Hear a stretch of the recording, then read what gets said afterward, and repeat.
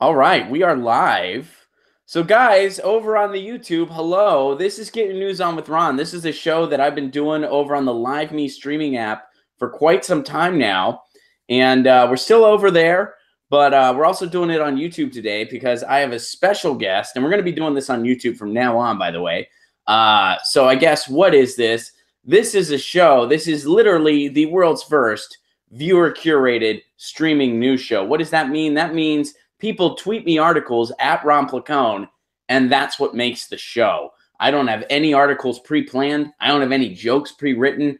I don't even know what's going on in the world. You guys tweet me articles, and that's what we talk about. Been doing the show over on Live Me for a while, but we're going to be offering it on YouTube as well. But today, we're kind of diverting from that a little bit to have a special guest, and we have a gentleman running for Congress in Ohio's 1st District.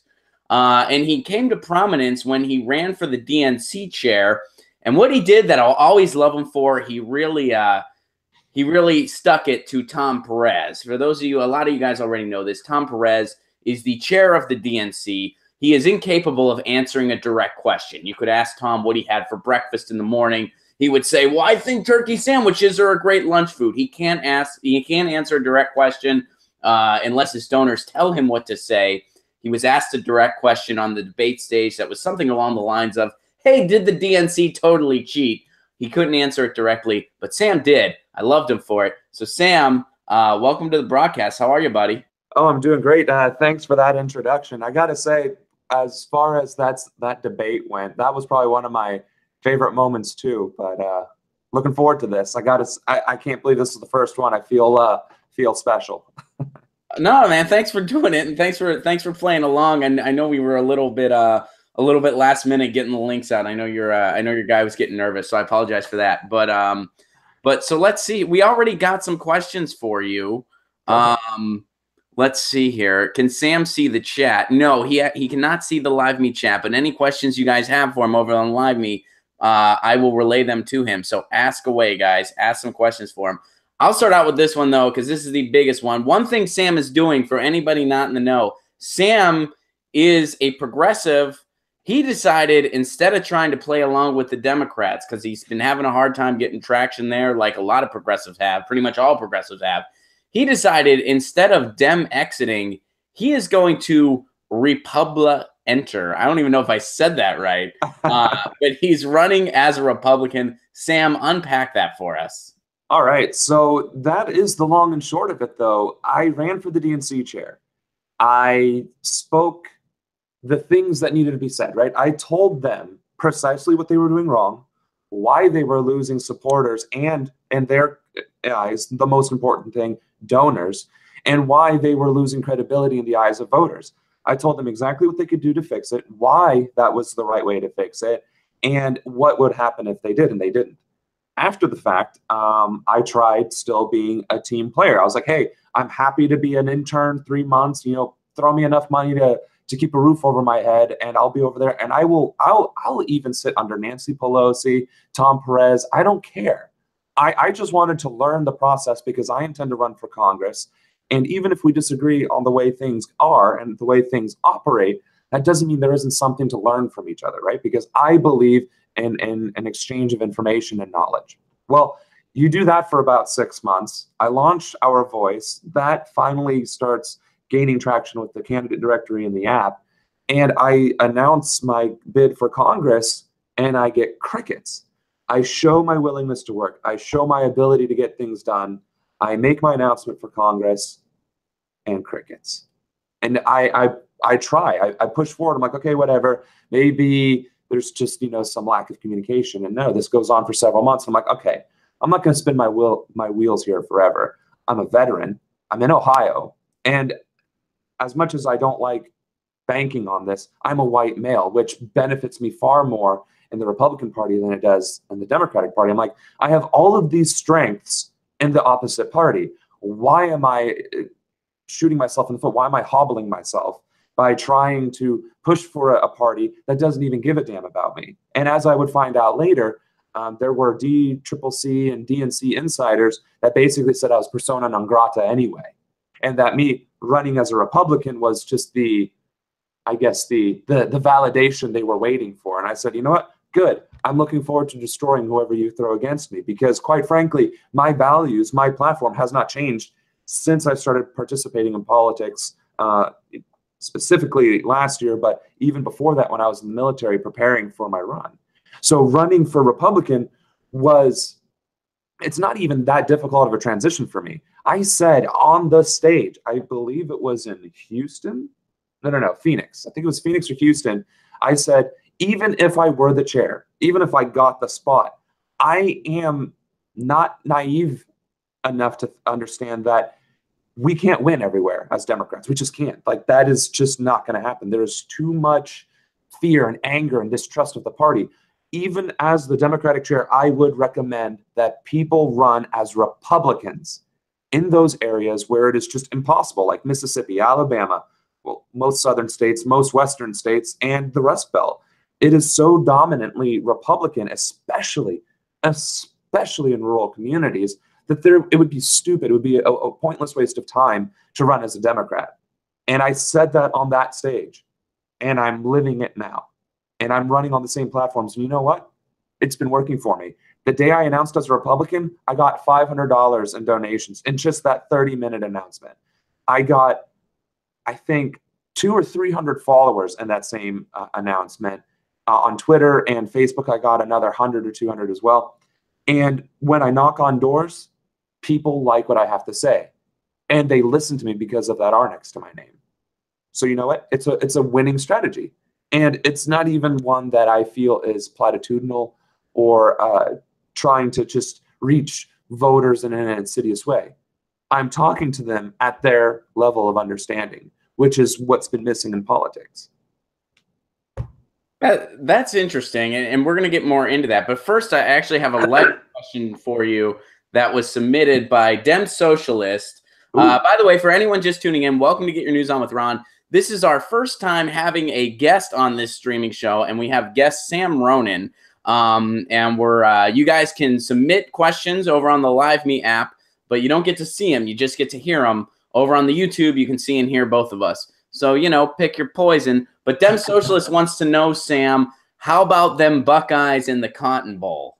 Question. Well, the Buckeyes' home state advantage or home state team, they're Big Ten and they tend to win things. So in the Cotton Bowl, I got to admit, I was knocking on doors when that game was happening. So not sure how well or poorly they did, but I'm assuming they did good because they're the Buckeyes. And it's a pretty safe assumption. And with that being said, one of the things I would really love to do is get to just, meet with them or just, get to, I don't know, have like one of those little publicity, handshakes.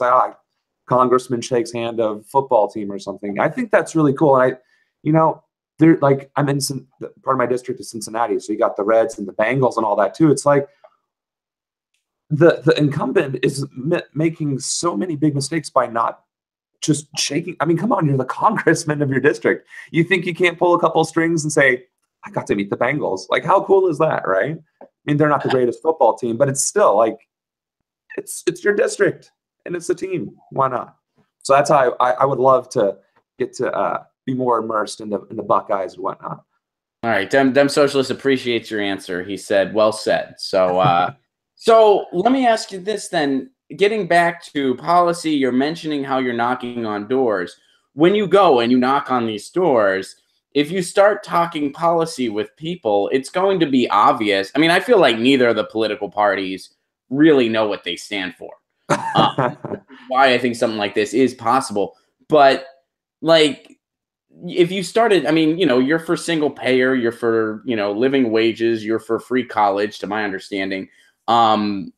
How do they, I mean, these are clearly not Republican policies. How do you explain that to the general person? It's hilarious. Last year, I ran for state representative as a Democrat, like bleeding blue Democrat, right? And I said the same exact platforms, like you just said, healthcare, education, higher living wages, I guess lower taxes for people. I just want to be clear when I say lowering taxes in general so that we have greater access to the economy. All these things that are progressive ideals, to include legalizing marijuana, to include clean energy initiatives, switching from coal and gas-based energies to solar, switching to more electrical-based fuels for our vehicles and stuff like that. Like electric cars versus petroleum. And every single time, I mean, I would say a good 80 to 90% of the time, those conversations were met positively, and they're like, "Oh man, that sounds just like a conservative thing that I would agree with. So I can't wait to vote for you as a Republican." I'm like, "Oh, well, I'm a Democrat." Door slam. And that's the irony. Simply by putting the R next to my name, people listen. People in general, statistically in polling, do agree with these policies. If you ask them, "Do you agree with universal healthcare, education, clean energy, da da da da da?" People say yes, at the very least 63% of the time. So at least 63% of the time, my policies are going to be met positively. But because my district is gerrymandered red, I was losing out on that support simply because of the letter next to my name. And so now it's wonderful. I actually get to have conversations with people. I get to make a few jokes, because they'll have the, Trump stickers or the I hate Obama stickers or NRA things. I'm like, "Oh, well, I can see you're a Republican. I'm glad you stand for these things, the universal healthcare and education." They're like, "Oh, yeah, I definitely like having cheaper healthcare and having my kids go to college." People don't understand that some of their views are contradictory, but you don't beat them over the head with it. That's where we fail as progressives. We treat Republicans and conservatives as the enemy, when really they're people that are dealing with the same echo chambers that we ourselves deal with, just in different circles. So we have to learn to speak to people in their language. And when we do, we can talk about universal healthcare and education and get their support. No, what's interesting to me is that the thing that people like to not talk about that I feel is important to mention, Donald Trump won an election off of a lie, and that lie was this idea of a Republican populist. That can only kind of exist in name only, the way you're doing it. But people bought that snake oil. So, when you kind of have the right messaging, as you're saying, and, you do have a couple things going for you in your corner, especially the veteran thing. One thing I point out to people, and she's far from a perfect candidate, but Tulsi Gabbard, the kind of crossover appeal somebody like her could have by having that veteran status, that goes a long way, especially in the heartland, a place like Ohio. So I can see strategically how this is making sense for you. When you get into something nitty gritty like living wages, like, have you ever seen any kind of opposition where people are like, "Well, clearly you're a progressive, you're running as a Republican. This is ass backwards. Get off my lawn"? I've had people tell me to get off my lawn because of things like living wages, but it's more of I think more it's a misunderstanding of what living wages do. You have to understand, a lot of Republicans, a lot of conservatives, especially the older generation, our parents and our grandparents, they were raised on this theory of trickle down and on being able to pick yourself up by your bootstraps. There's a disconnect, though. There's this missing piece, this epic in history where they actually were able to live that promise. They were actually able to fulfill that obligation, right? Back in the 60s, if you had a college education, you were set up for life. I mean, that there was no question or doubt about that. And if you had a trade, you were still pretty set up, but I mean, it was that next level. Now it's kind of reversed itself, and the promise is no longer there. Now, if you have a trade, you're much more likely to get ahead in the workforce than that degree. And so when we talk about living wages, there's also this mentality of, well, why do EMTs make $15 an hour and these burger flippers demand $15 an hour? It's like, well, hold on. That EMT should be making $30 an hour. We agree that they're being underpaid, but that doesn't mean that the burger flipper doesn't deserve to pay their rent either, because $7 an hour is what the wage has been for the past 30 years. $7 an hour in 1990s money was pretty decent money. Like, I mean, if you think about it, a gallon of gas was $1, a gallon of milk was less than that. You could buy an entire cart full of groceries with 20 bucks. $7 an hour wasn't bad. You work a full day, you have food for the day, or for the week or two, you have gas for the month, and you can start, you have a little bit of bill money, right? That's what $7 an hour got you. Nowadays, $7 an hour, a gallon of milk is $2.80 or $3.15. I don't really know where you guys shop. A gallon of gas is anywhere between 220 to 380 on the coast, right? So you have to work an hour just to get 3 gallons of gas, and God forbid you have to commute to work. You can't sustain that kind of living. You can't survive off of food. I mean, my God, a pound of hamburger, ground beef, is $3 a pound. It's for a pound of beef, some milk, and buying Hamburger Helper itself. That in of itself is $7 right there. You have to work an hour just to cook a meal. That's ridiculous. That's unsustainable. You cannot live off of that when you still have rent, a phone, a car, and bills. So when I talk about minimum or raising the minimum wage and talking about it like that, and then talking about economics and the trickle-down theory, the way it should be applied, which is profit sharing, and how my employer, Tool Testing Lab, actually embodies that, I get about a quarterly bonus, and it's about anywhere from 1% to 2% of what I've done for my company. There's your bootstraps. There's your earning your keep. There's your earning your wage. There's the company bringing back. And when I bring those stories and those examples up, all of a sudden it goes from get off my lawn to, yeah, that's what it was like when I was a boy. It's like, that's what I want to bring back. Yeah, and I love that you point out that meme, because I've seen that meme too about the burger flipper and the EMT worker. Yeah. And it's like, I would see that. And that meme originated as an anti-minimum wage meme, where they were just like, you want to say that a burger flipper deserves the same as an EMT? And it's like, I get that an EMT has a very, very high level stressful job that I couldn't do. Sure. But the point is that EMT is grossly underpaid, and so is that burger flipper. The point is, when you work an honest job, no matter what it is, it doesn't matter what it is, you work an honest job for 40 hours a week, you deserve enough money to live, and an EMT should be making at least $30 an hour wherever they are. Their lives are in people's hands. Mm-hmm. People's lives are in their hands, or people's lives are in their hands. Excuse me, I said it backwards. But people's lives are in their hands. You know, I used to say this. One of my first jobs in high school was I worked at a funeral home. I was a mortician's assistant, and I remember one time I was going to pick up a body, because yes, I did do that. That was part of the gig.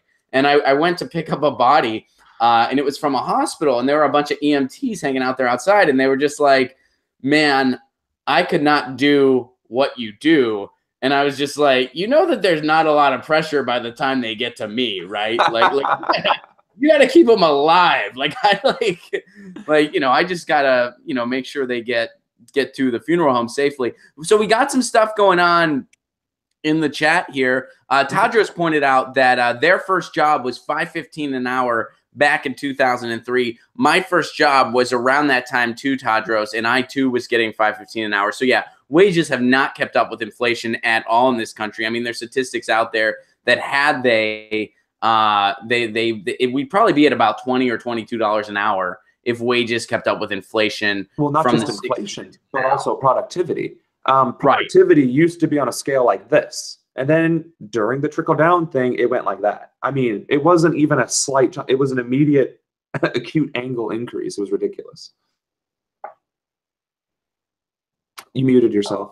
Oh, sorry. Dem Socialist wants to know, what's been Sam's most well-respected platform topic? So I guess like when you're going out there, what have people really responded to the most? Let me think. I would say, ironically enough, my gun control. Progressives don't really like my gun control because I believe in use of force, as in the person who handles the firearm should be trained to handle that firearm, not limiting the firearm. Yet in the Republican district, it makes more sense that they would find that appealing, because a lot of people hunt, a lot of people carry, a lot of people have protection. For instance, there's 2 people at my job who open carry, and probably more who conceal carry, but in general, there's firearms. But the vast majority of my coworkers are military or have been around military or have been lifelong hunters. So when I talk about we shouldn't be limiting, weapons or magazines or any of this, we should be ensuring that the people who have access to those firearms are of sound mind and aren't abusing it, right? Then it's not an issue. The other thing that is surprisingly supported is when I talk about law enforcement. Now, Maybe that's because a lot of people have been getting speeding tickets lately because Governor Kasich decided to stop state supporting poor municipalities. And I said we need a law enforcement reform. There are good cops, and there's plenty of good cops that continue to do great work, but we need to ensure that the bad eggs weed themselves out and that there's oversight. There's too much power in law enforcement. There's no limitation. And when I say theoretically a cop could pull you over and tell you to just strip naked and dance in the middle of the road, and you'd have to listen to them. Otherwise, you'd be disobeying an order. And if they try to arrest you because of it, then you'd be resisting arrest. So we can't have that kind of imbalance when it comes to policing. And so that, interestingly enough, the two most conservative topics, taking a liberal view on them is what's most well received. Don't know why. No, that's interesting. I mean, and when it comes to law enforcement, one of the things I like to say to people, because you always get, I think the whole, like, there's good cops out there, like when people kind of say that as like a counterpoint, to me, that is a straw man, because yeah, that goes without saying. Of course, not all cops are bad, but the system itself is, in my opinion, broken beyond repair. The way we conduct law enforcement is tainted. It is corrupted. People are not trained properly. People are not screened properly. That job is not treated with the reverence it deserves from all sides. So it is a systemic problem. It's kind of like the equivalence of, hey, when there's an E. coli outbreak, we don't say, oh, we gotta, some of the lettuce is still good. We say, no, we're having an outbreak here and we need to fix this system. I'm not saying we need to purge every single police officer in the country, but we need to completely revamp the way that, you know, police are trained, the way they are recruited, the way they are, you know, like managed. That all needs to be completely gutted and redone, and the good apples will be left standing. The bad will be weeded out inevitably. And that's where surprisingly a lot of people agree.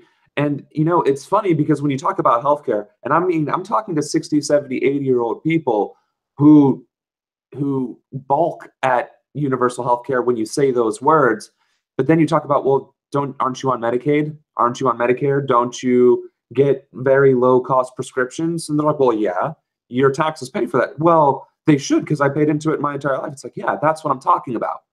Oh, but you know, it has to get to that level, and sometimes it doesn't. And that's why it's really frustrating to me that a lot of these conservative voters, fine, be socially conservative. I disagree with that, and we will disagree. And I'm not even trying to pander to that. I mean, I'll try and weasel my way around the verbal jujitsu to get them to understand what universal health care is.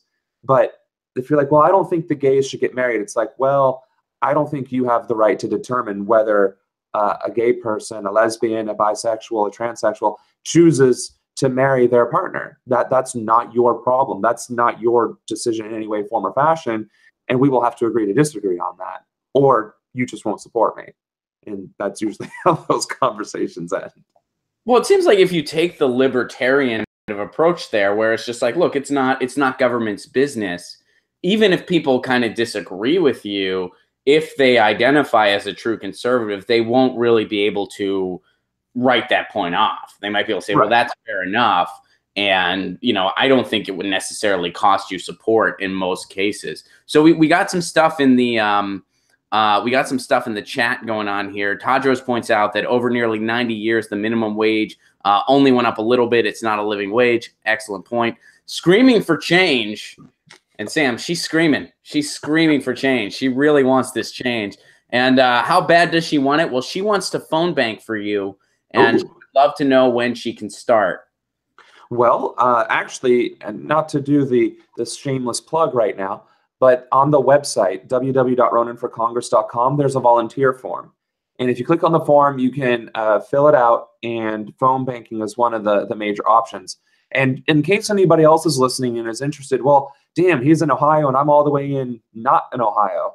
What can I do to help? Phone banking is by far one of the best and most useful things that you can do. And I have it's either 4,000 or 8,000 phone lists with 50 numbers each. So it's over 200,000 numbers.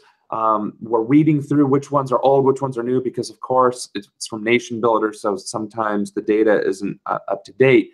But there is plenty of work to be done. So if you're willing, www.ronanforcongress.com.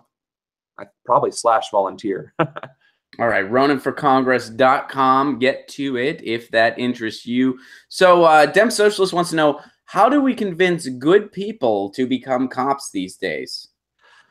You know, it's just the same way. How do you convince good people to become teachers? How do you convince good people to become nurses or EMTs, or convince good people to join the military? One of the things that disgusts me the most about the current state of our military is the fact that it has been infested, plagued by this corporatism, this corporate idea.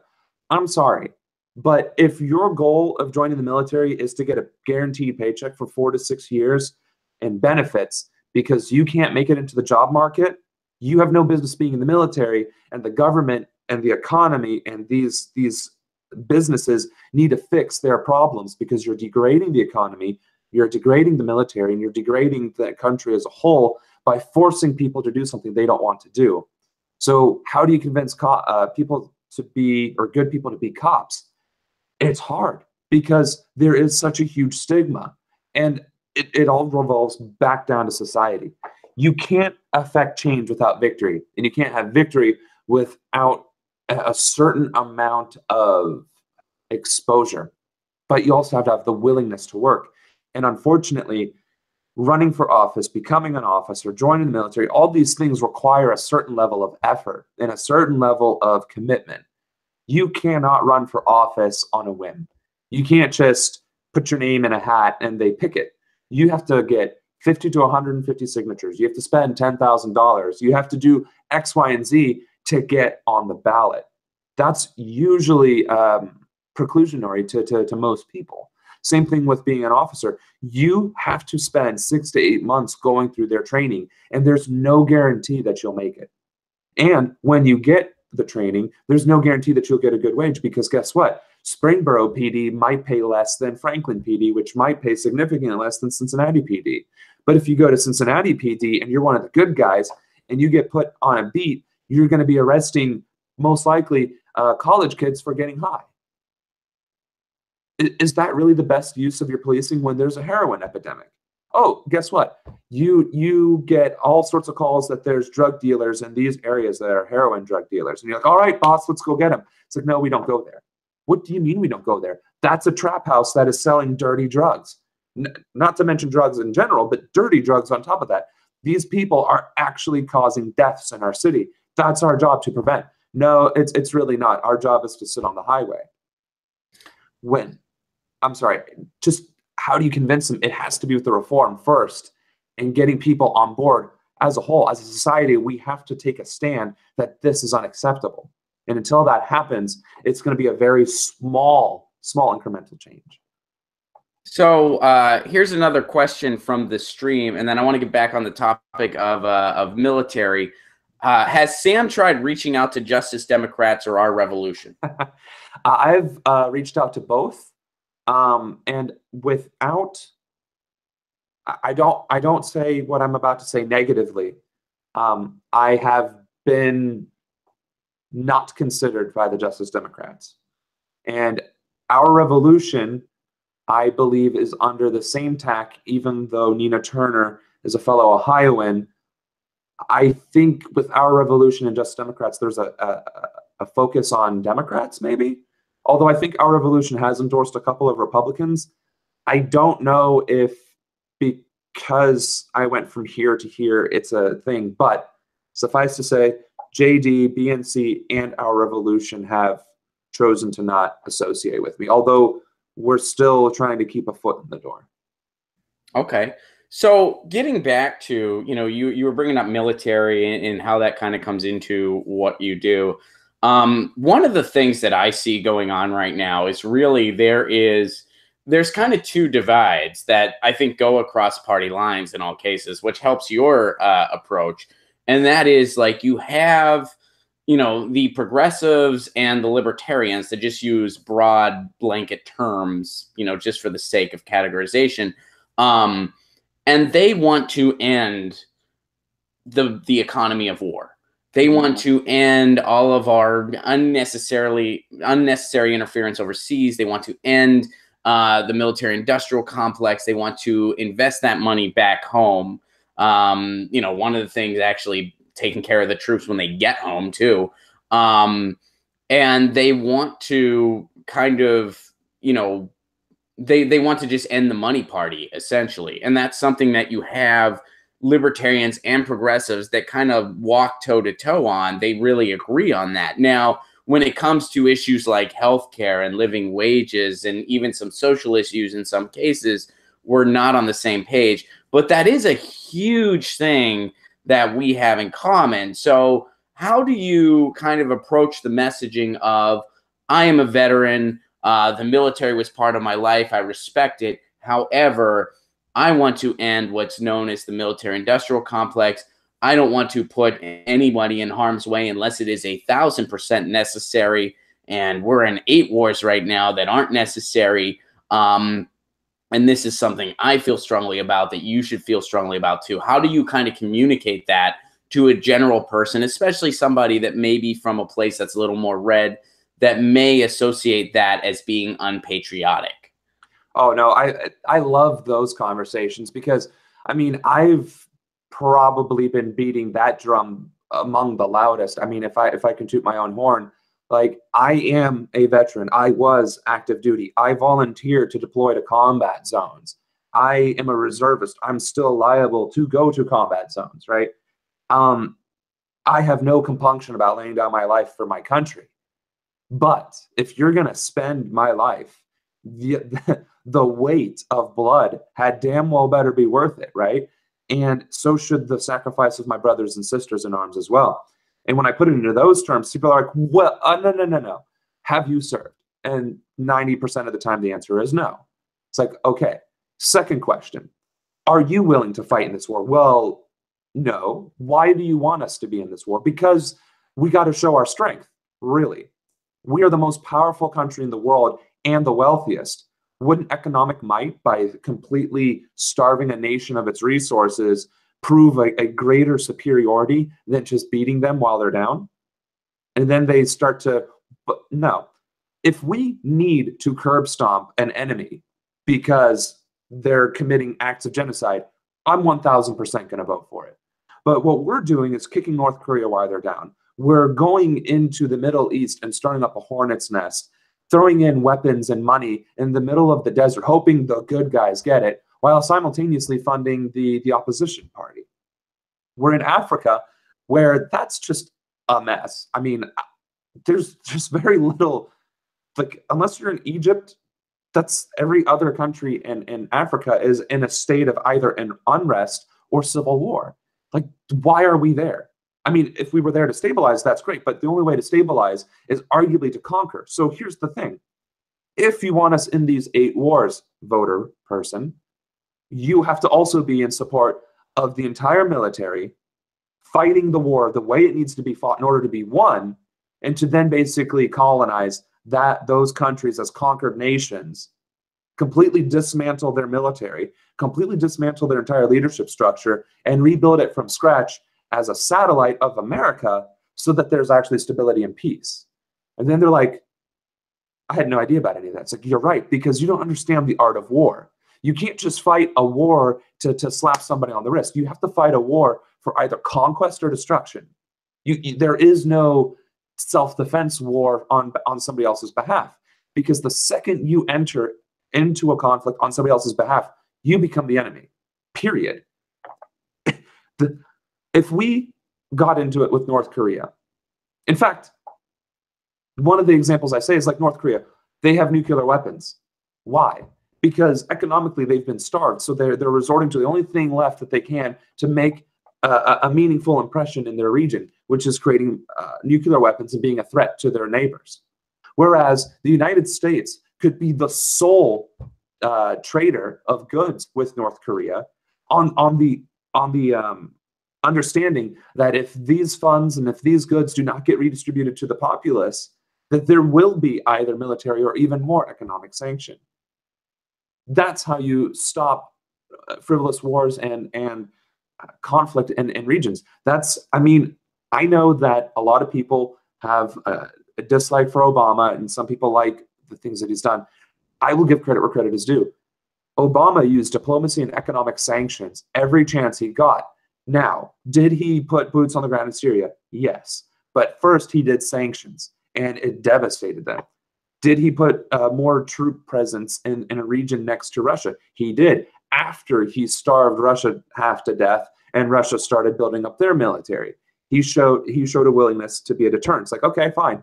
We're going to continue to starve you, but we're going to put 1% more troops because we're not going to play your games either. And it worked. Now Trump is in office, and all of a sudden he's being led around by the nose by North Korea, arguably one of the weakest and inferior countries on the planet. Not because I disparage against the country, but because they focus on absolutely the wrong things. And then Russia is becoming one of the most respected and positively viewed countries in the world, with Putin as one of the most admired leaders, because he finally is talking sense comparatively to Trump. And it's ridiculous. By warmongering and by forcing our military into all of these different conflicts, it makes us look weak. Because, oh, America has to go show its, big muscles in order to intimidate others, and they don't do anything with it. It's just all around back-ass words. Well, wouldn't you also say, I mean, one of the things I like to point out with people, an economy of war in every case in human history has failed, and failed miserably every single time. The empire has fallen. Mm-hmm. And I mean, to think that we are going to be different is delusional. We would not end any differently. No, we wouldn't. And what's worse is the empire has fallen, like you said. And what's worse is that, and I'm going to quote a movie because I'm a millennial and I'm allowed and I don't have to quote books. Iron Man. When Iron Man, I think it was the first movie. No, it was the second movie where he discovered the triangle version of whatever power source to put into his chest. It was because Nick Fury said that his father was going to spark an energy race that would have dwarfed the arms race. Now, could you imagine? Look at our economy. Look at our focus on where our federal budget was placed in the 1960s when it was the space race. The entire world was racing to the stars. And we had a strong economy, a strong education, strong healthcare, strong everything, because we were putting our resources into advancement. Now, after that, it was the Cold War took prominence, and then the Vietnam War took prominence, and then the next war took prominence, and our complete economic and social society went into a rapid decline. You're right. If we focused on clean energy and infrastructure reform, our economy would do a 360 or a 180 so fast it would make everybody's head spin, and that's the point. We would benefit far more from an energy and infrastructure-based economy than one surrounded by war. That doesn't mean we have to degrade our war-fighting capabilities. Right now, we spend $200 billion in overhead because a nut that you could buy at Sears or Lowe's costs $2,000, but 35 cents a pop at the regular commercial store. So it's these contractors that are conflating and inflating the costs of war, and that are just making bank because these lawmakers are also making bank and just running through that revolving door of lobbyism. If we can convert that $200 billion in overhead into, say, I don't know, training the troops, rebuilding our bases, modernizing our equipment, that would be a significantly better use of our funds than just trying to find new and more imaginative wars to fight. Oh, we got a couple things going on from the chat here. I want to catch up on. So let's see here. People want to know: is it tough having that conversation sometimes in Ohio? And I think they're referring to the military-industrial complex conversation that we've been having. Is it tough to have that sometimes in Ohio? It is, because of the false patriotism that's associated with war and military support. It's hard for me not to call them hypocrites to their face because I am an abrasive person. But sometimes people don't get it until you put it into the terms of, why is it okay for you to let me and my family die, but you don't have the courage and strength to stand up and step up to the plate? Usually when you make it that personal, and of course confrontational, it makes sense to them. It's like, oh, I see what you're saying. It's like, you're talking about bootstraps, but in this case, you want me to be the bootstraps and you get to be home and comfortable. No, if we're going to go to war, everybody should be on board. And if you're not, then you shouldn't be beating those drums in the first place. And usually that's what, eases it back to, oh, okay, I get what you're saying. I'm on board with that. Kate wants to know, switching gears a little bit here, Sam, what committee in Congress would you like to join? All of them. No, I think it would be unrealistic to expect that I'd be on like the Veterans Affairs or like the Ways and Means and like the I guess the top tier committees. So, I mean, as much as ideally I'd like to be on the Veterans Affairs and all those kinds of committees, I don't really care where I'm at, honestly. Being in Congress and being able to affect any sort of change, even if it's the Porta-John committee, I don't really care. Ideally, though, to answer the question succinctly, it would be the Veterans Affairs and probably like Ways and Means. So Joe gives you mad credit for making the Iron Man reference. That's been appreciated. So thank you on that. I liked it as well. I don't think I saw the second one, but yeah. And let's see. Do you think you're breaking the stigma of progressives? I hope so, honestly, because here's my second biggest frustration. If the Democratic Party wants to lead itself down into a path of destruction, that's on them. Mostly because I realize that the Republican Party is gaining so much strength. It controls 2/3 of all government in this country. So theoretically, even if the party falls, it's already fallen. So at this point, it's a moot conversation. And I've came to that realization slowly as well, which means the Republican Party is so big that it can be infiltrated. There's no way to shore all your defenses. So the more progressives that realize that it's the mission that matters and not the path, right? And let me not use a military reference. The goal is political reform. That is quote unquote what the progressives stand for: political, systemic, economic, societal reform. It should not matter how we get there so long as that goal is achieved. And so many people are willing to die on their hill and lose and not change anything. And once people start realizing that dying on your hill without changing anything doesn't change anything, and you actually have to walk down or across or do something else to get that victory, I think we'll start seeing a lot more progressives getting elected.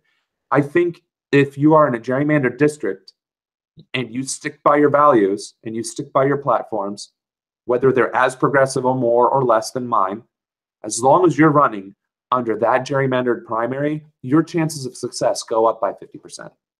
And I think those are some seriously good odds.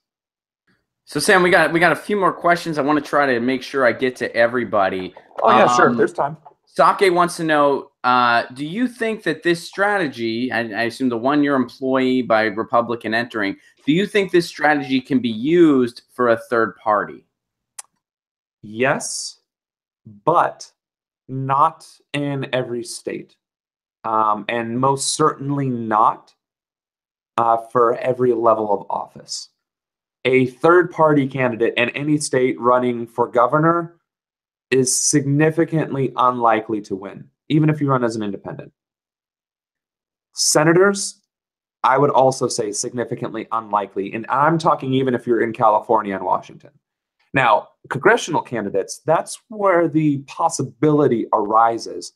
But again, in very, very few states would that even be a realistic possibility. I would say Washington, California, Oregon, Colorado, Jersey, and New York. I would say if you're going to win as a Green Party or as an independent or even a libertarian, those are the only likely places where you're going to win. Now, libertarian might be more likely in, say, like Oregon or Idaho or someplace like that.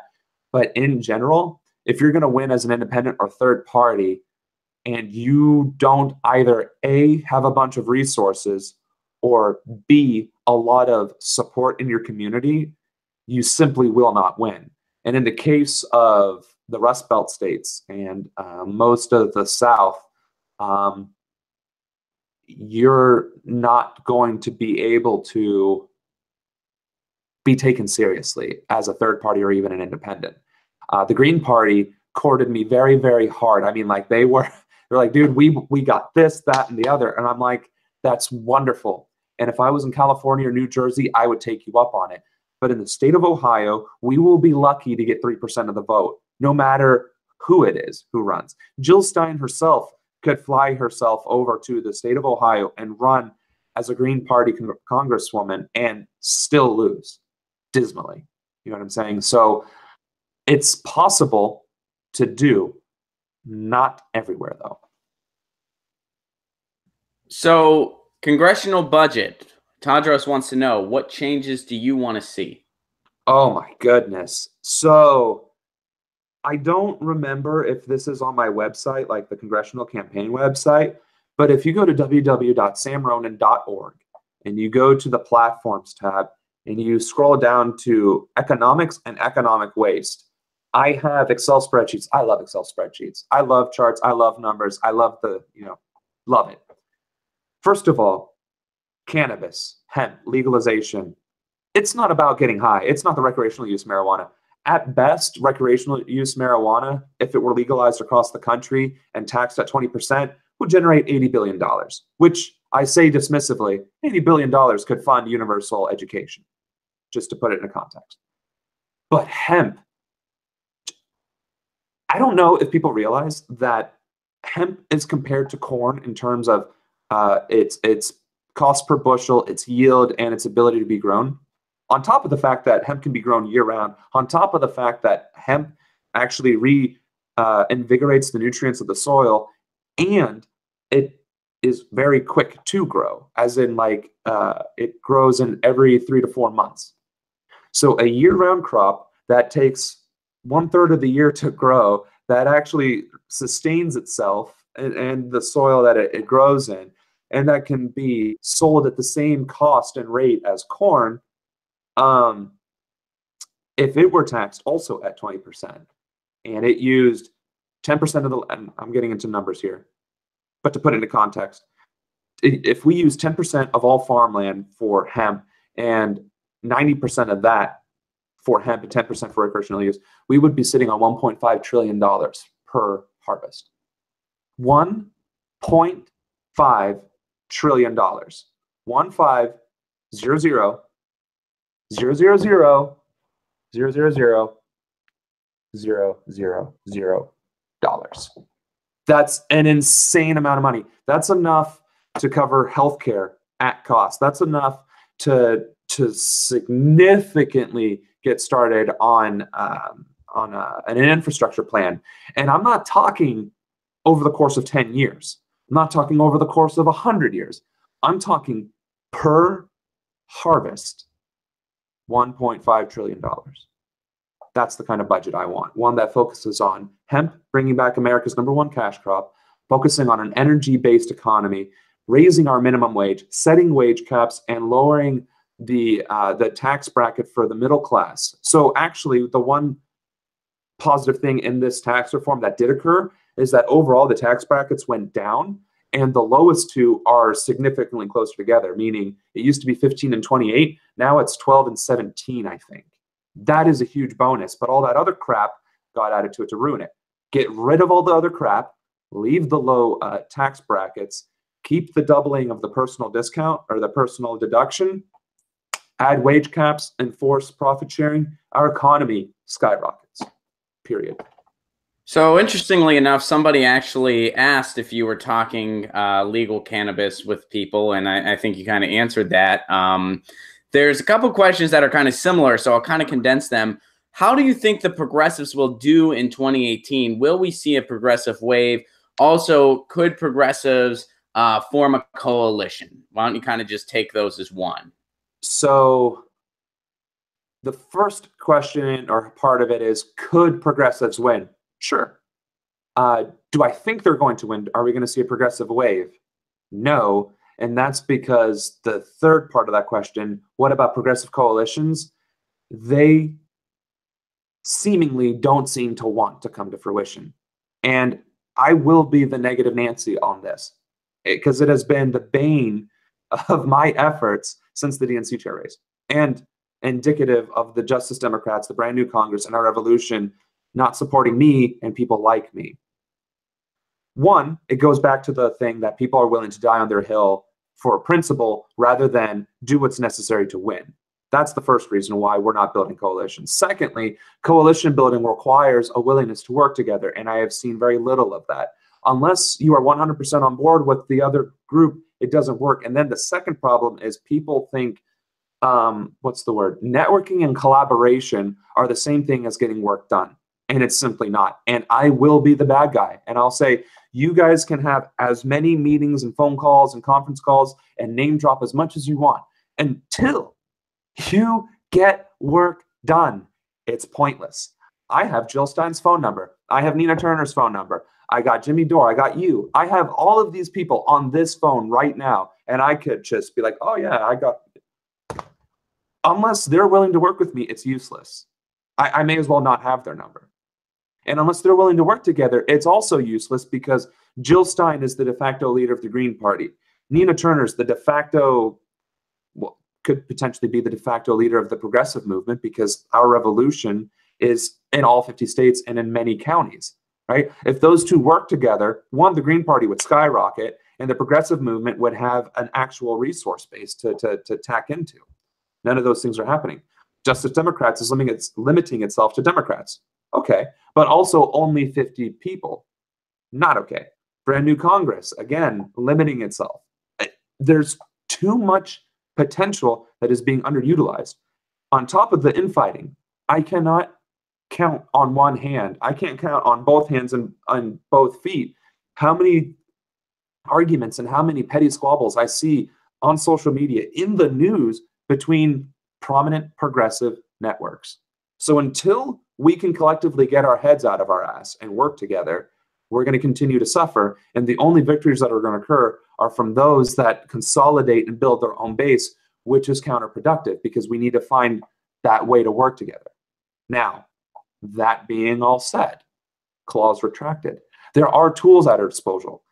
Our revolution is a resource. Justice Democrats is a resource. Our voice, the candidate directory, is a resource. It is one that'll allow a school board candidate to put their name on the directory and be visible to the entire country, visibly on a map. People can go to this website, look up within 15 miles of where they live, and see all the candidates in their area without having to go to all these different websites. So there are tools and resources free and readily available. It's just marketing, it's about knowledge, and it's about implementation. So we have to also know that there are tools out there, and unfortunately, that messaging is getting lost just as much as the coordination is getting lost. So someone asked, why do you think these groups are so unwilling to come together? And I guess that's a question that I kind of have too. I mean, I've been to a lot of events where I see the DSA and the SA and the Green Party and all kinds of great groups, and they all have a lot in common. And I just see these groups and I like them all. And I think, man, if we all got together, this would be a coalition that anybody would need if they want to win anywhere. This is a force. There's a lot of us. To quote Jim Morrison, you know, they got the guns, we got the numbers, and that's the truth, you know. And I mean guns in the metaphorical sense. I know that you're a hunter, but yeah. So why do you think that is? Someone wants to know, why do you think that is? Why are we not really coming together for a coalition? I know why it is. It's been my own personal experience. People are very close to the chest because they're afraid of infiltration and they've been burned in the past. But they're also wanting to be the hero. And I'm just going to call it, I'm calling the spade a spade. A lot of people don't want to work with others unless they get to have their name on it, and their name only, or their name first, or in a prominent position. And that's disgusting to me. Like, take the People Summit, for instance. Why wasn't Jimmy Dore actually invited to it? Like, why was his name not actually there on a placard? Why was Levy Sanders penciled in at the very last minute? I'm not even complaining about myself. Whatever, I get it. I'm the new kid on the block. Why weren't some of these other organizations invited formally and placed formally and prominently? I have no idea. And then when you go around and talk to these people, you see that the Jimmy Dores and the Levy Sanderses, and I guess me, for better or worse, they had that following there, and that was the questions that were constantly asked. It was like, hey, why aren't you being whatever? And I even asked Jimmy, I'm like, Jimmy, why I didn't see you on the thing? I'm surprised you're even here. I didn't know you would be here. I would have been that much more excited. And he was like, yeah, whatever didn't fall through. We don't take advantage of our own even resources. And I even think Nina Turner wasn't on there, if I'm not mistaken, which that's really shocking. But I don't know if she was the Our Revolution chair at the time or not. Point Well, I being, know she was at the event as far as where yeah. she was in the program, because I actually didn't. I was in Chicago at the time because we had a live Jimmy Dore show, but I did not participate in the. I did not participate in the event itself. So. Right.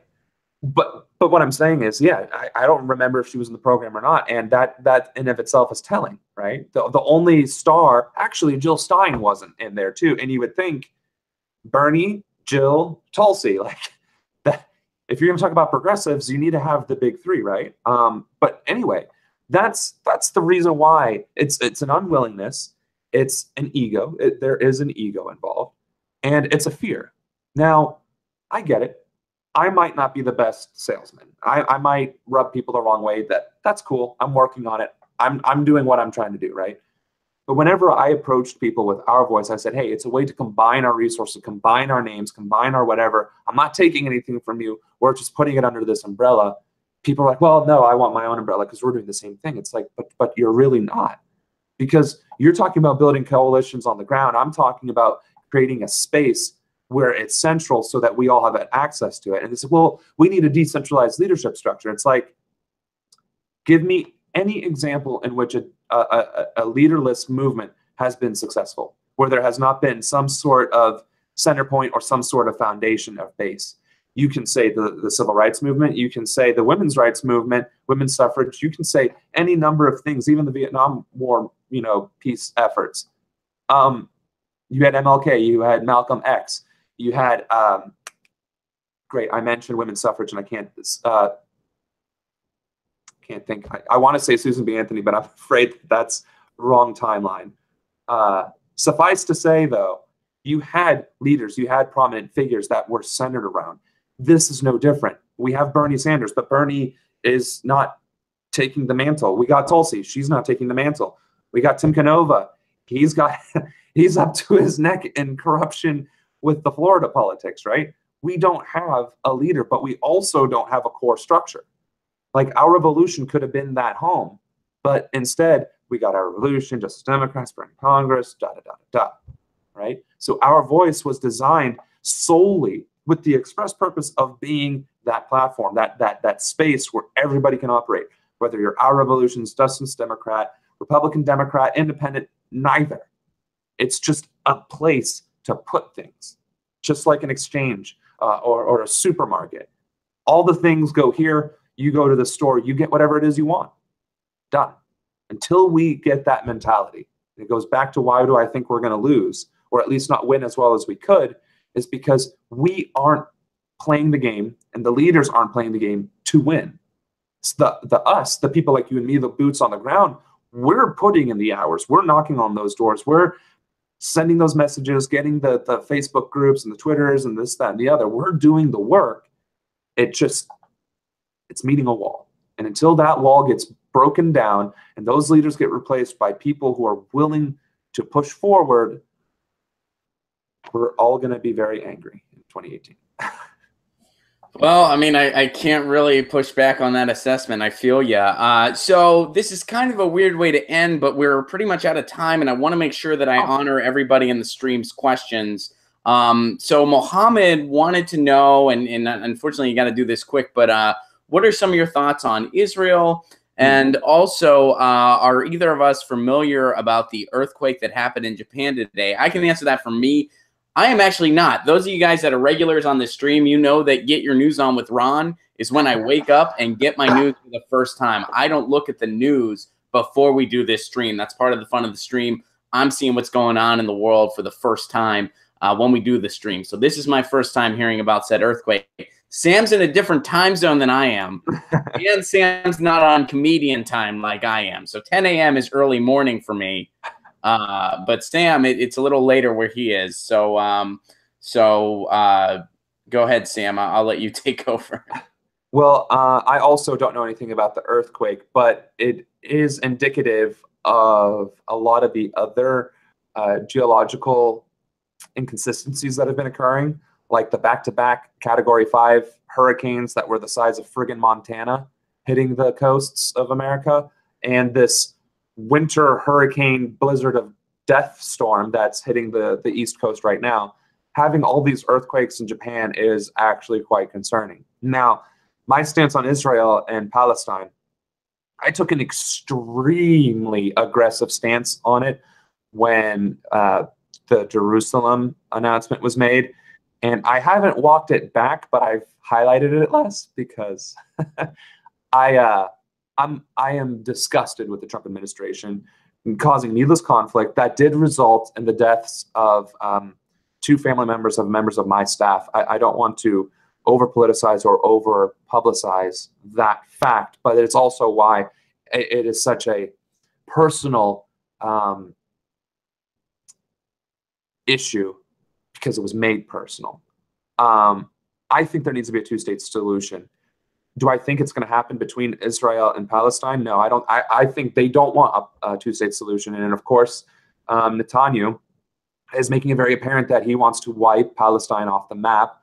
And I know that there's all the Israeli defense that, well, the Palestinians invaded that section and then they just demanded that they're treated equally and blah, blah, blah, blah, blah, blah, blah. However, at this stage in time, Palestine is essentially its own country with its own government and its own economy. Israel is in its promised land. It is established. It is a self-standing country as well. At this point, it would be like when Poland disappeared from the map during World War II or prior to World War II. We can't have that. And we're certainly not going to condone genocide. So there needs to be a two-state solution. It would be great if the United States could broker that solution. But of course, with this administration, it would not be a very peaceful brokerage of peace or resolution for that matter. And the United Nations seems to have had its fangs chipped. And unfortunately, I don't see that we are going to find a peaceful two-state solution or resolution of the conflict in the next few years. All right, so we are pretty much out of time. Guys, over on the Line Me, thank you guys so much for your questions. Folks over on the YouTube, welcome to Get Your News On with Ron. We're going to be doing stuff like this a lot more often on the YouTube, and we'll kind of be navigating through it. I hope you guys enjoyed this. Sam, real quick, the committee, Kate missed your answer. So real quick, what was your answer on what congressional committees you would like to join? And lastly, also, after you do that, remind people again where they can learn more about you, where they can volunteer their time if they're interested in doing that. Yeah, so in a perfect world, ideally, I would like Ways and Means and Veterans Affairs as far as the committees go. And then you can find me on Twitter at Ronan, the number 4 Progress, on Facebook at Ronan, FOR Congress. My website is www.ronan4congress.com, and you can go there to the volunteer tab, and you can volunteer for anything. We are always looking for phone bankers, writers, and social media. Those are our top 3. And if you're in the state of Ohio, let alone the Ohio's 1st congressional district, I'm not even going to front. I need your help knocking on doors. It is cold. There's a lot of them. And quite frankly, that is where all of our resources are going, is to encouraging the door knocking. So social media. I also have a YouTube page if you want to listen to the podcast. I believe it's Samuel Ronan on YouTube, and 500 something followers. So subscribe, like, watch, and thank you, Ron. I sincerely appreciate it, and thanks for letting me be your debut interview. That makes me feel good. No problem, buddy. Always good to hear from you. Wishing you all the best, and we will definitely we will be collaborating more often, I hope. Yeah. All right. Take care.